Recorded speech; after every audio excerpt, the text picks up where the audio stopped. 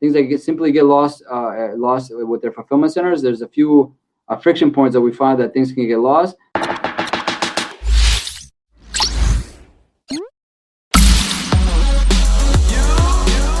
What sort of discrepancies are, I guess, some of the most common discrepancies, or that take up the most of that 1 to 3%?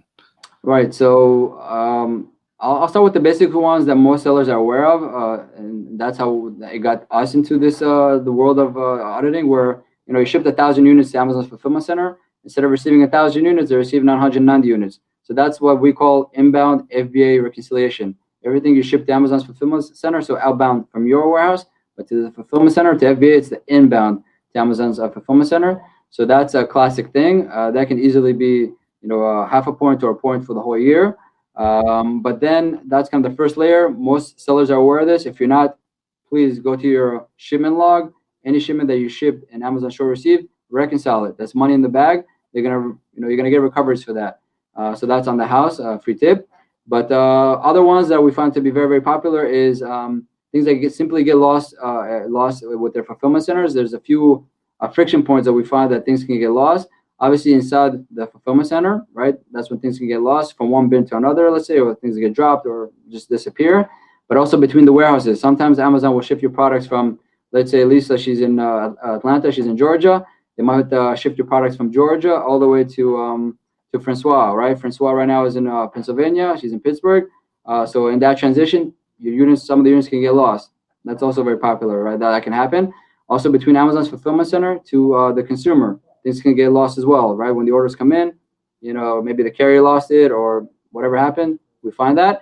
And also from, just to add another layer, from the consumer back to Amazon, also known as effectively or affectionately known as refunds, returns, which are not really, nobody's affectionate of that. That's when things can happen as well, where units get lost as well. So all these logistical friction points, that's when things can get lost. We find if we bundle it to one type of claim, we find it to be very significant in the course of 18 months. But of course, along the lines, the things, all these friction points, it can also be added to damaged, destroyed, disappeared, or another one that's more on the financial side. Sorry to burn you with all these types of terminology. It's no, we love it. Keep going. You like it? Okay, yeah. Good. Yes. Dropping the lingo.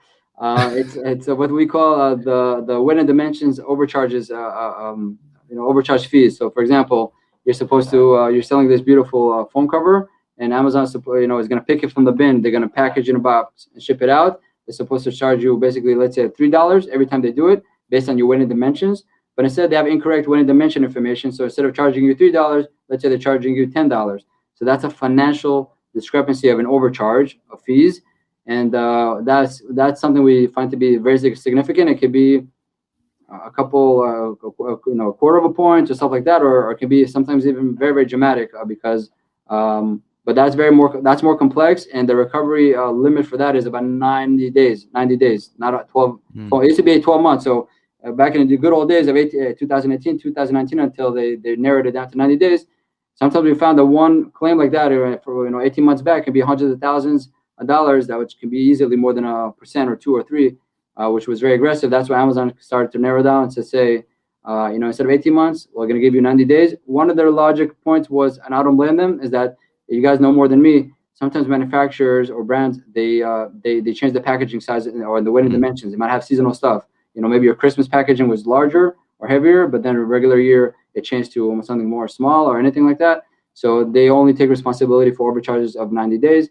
That's why, once again, to educate the sellers, now more than ever, you have to make sure that every 90 days you run a pick and pack overcharge fee audit. Once again, we can do that for you if it's too much of a headache. If you find that you got overcharged, you got to do 2 things. First thing is update the information so going forward, you stop the bleeding, right? They're not going to overcharge you and you enjoy those savings. And of course, in the past 90 days, anything that got overcharged, you're going to get the recovery.